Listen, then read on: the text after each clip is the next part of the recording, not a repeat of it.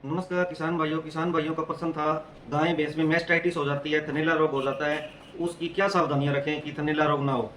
तो किसान भाइयों, सबसे पहले मैं बता दूं, थनैला रोग क्या होता है। थनों में किसी प्रकार का रोग होना थनैला रोग होता है। इंग्लिश में इसको मैस्टाइटिस कहते हैं। थनों में कौन से कैसे रोग हो सकता है? थनों में सोजिश हो सकती है, ठीक है, लेवटी में सोजिश हो सकती है, ठीक है। थनों में दूध की जगह पानी आ जाए, आने लग जाए, ठीक है। या थनों में दूध दूध के साथ खून आने लग जाए, या थनों में एक थन या दो थन दूध आना बंद हो जाए, ठीक। यानी थनों में किसी भी प्रकार का थन हार्ड हो जाए, लेवटी हार्ड हो जाए, पत्थर जैसी बन जाए, तो ये सब मैस्टाइटिस के प्रकार है। यानी थनों में किसी भी प्रकार का रोग होना, थनों का संक्रमण होना मैस्टाइटिस कहलाता है, थनैला रोग कहलाता है। तो किसान भाइयों, 4-5 जो बेसिक बातें हैं जिनका ध्यान रख के हम थनैला को कंट्रोल कर सकते हैं। देखो भाइयों, थनैला रोग जो मैस्टाइटिस है, सबसे महंगी बीमारी है। अगर शुरुआत में अगर हमने मैस्टाइटिस को काबू नहीं किया तो ये इसका इलाज बहुत महंगा हो जाता है, और ठीक हो ना हो इसकी भी कोई गारंटी नहीं होती। शुरू में अगर इलाज, उदाहरण के लिए, अगर शुरू में 200-300 रुपए में हम पशु को ठीक कर सकते हैं, तो बाद में अगर हम 20,000 रुपए भी लगाएंगे तो भी पशु का थनैला ठीक हो या ना हो इसकी कोई गारंटी नहीं है, अगर टाइम निकल गया तो किसान भाइयों, थनैला रोग ही ना हो इसके लिए क्या सावधानी रखनी चाहिए। सबसे पहले किसान भाइयों, दूध निकालने से पहले और दूध निकालने के बाद गाय भैंस के थनों को अच्छी तरह लाल दवाई में डुबोएं। 1 चुटकी लाल दवाई 1 जग पानी में डालनी है। 1 लीटर पानी में 1 चुटकी लाल दवाई डालकर उसके घोल में, उसको बर्तन में डाल के उसमें चारों थनों को दूध निकालने से पहले और दूध निकालने के बाद उनको थनों को डुबोएं, जिससे थनों में इन्फेक्शन ना हो। दूसरी बात, किसान भाइयों, दूध निकालने के बाद पशु को बैठने ना दें। 15-20 मिनट, आधे घंटे तक पशु को बैठने ना दें। पशु को चारा डाल दें, पशु चरता रहे, जिससे क्यों आधे घंटे में पशु के जो थनों के सुराख हैं वो बंद हो जाते हैं, ठीक है। आधे घंटे बाद बैठे कोई दिक्कत नहीं है।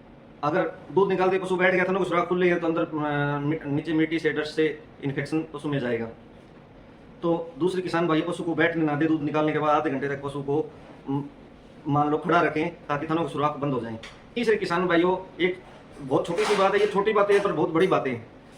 किसान भाइयों, दूध निकालने का तरीका, किसान भाई दूध ऐसे निकालते हैं अंगूठा विधि से, ये गलत तरीका है। इससे क्या होता है, एक जगह थन में प्रेशर पड़ता है, पूरे थन में बराबर प्रेशर नहीं पड़ता, जिससे पशु के थनों की जो नसें वो मरती है, मैस्टाइटिस होने का खतरा रहता है। किसान भाई कैसे दूध निकालें, ऐसे दूध निकालें, अंगूठा खुला रखें, ठीक है, ऐसे।